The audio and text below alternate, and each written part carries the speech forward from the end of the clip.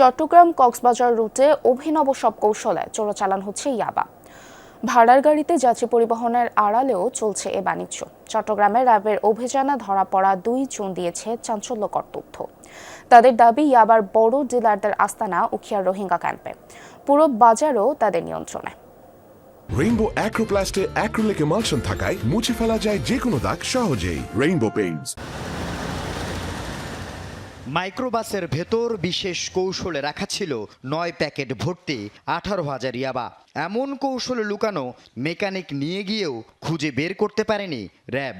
পরে নিজেই সিটের নিচে ম্যাট তুলে দেখিয়ে দেন চালক আয়ুব। পাচারের বিষয়ে চাঞ্চল্যকর তথ্য দেন র্যাবকে। জানান 50,000 টাকার বিনিময়ে গাড়ির ভেতর ইয়াবা রেখেছেন। তার দাবি মিয়ানমার নয়, কক্সবাজারের কুতুপালং রোহিঙ্গা ক্যাম্পেই রয়েছে ইয়াবার বড় বড় ডিলার। সরবরাহ হয় ক্যাম্প থেকেই। এই চক্রই নিয়ন্ত্রণ করছে ইয়াবার বাজার।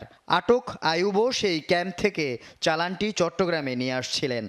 সাম্প্রতিক সময় হচ্ছে যে এই জিনিসটা খুব বেশি পর্যবেক্ষণ করতেছি যে রোহিঙ্গা ক্যাম্প থেকে এটা দিনে দিনে একটা বড় মাদক সরবরাহের হাব হয়ে উঠতেছে।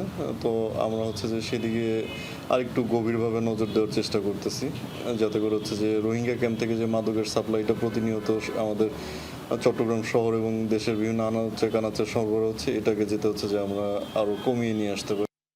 ধরা পড়া চালক প্রাথমিক জিজ্ঞাসাবাদে জানান, চট্টগ্রামের ফটিকছড়িতে এই ইয়াবা চালান পৌঁছানোর কথা।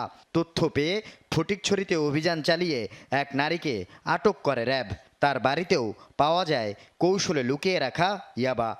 তাকে জিজ্ঞাসাবাদে বুঝতে পেরেছি তার থেকে চট্টগ্রামের যারা হচ্ছে যে খুচরা ব্যবসায়ী, তারা হচ্ছে যে ইয়াবাটা সংগ্রহ করে যে যার মতো হচ্ছে বিভিন্ন ইয়াবার যে পয়েন্টগুলো আছে সেই ইয়াবার পয়েন্টগুলোতে বিক্রি করে। চালক আয়ুবের বাড়ি কক্সবাজারের টেকনাফে। তাকে হাটহাজারী থানায় এবং আটক নারীকে ফটিকছড়ি থানায় হস্তান্তর করেছে র্যাব। তবে বেশিরভাগ সময় ইয়াবা চালান বহনকারী এবং বিক্রেতা ধরা পড়লেও মূল হোতারা বরাবরই থেকে যায় ধরাছোঁয়ার বাইরে। আল আমিন শিকদার, যমুনা নিউজ, চট্টগ্রাম।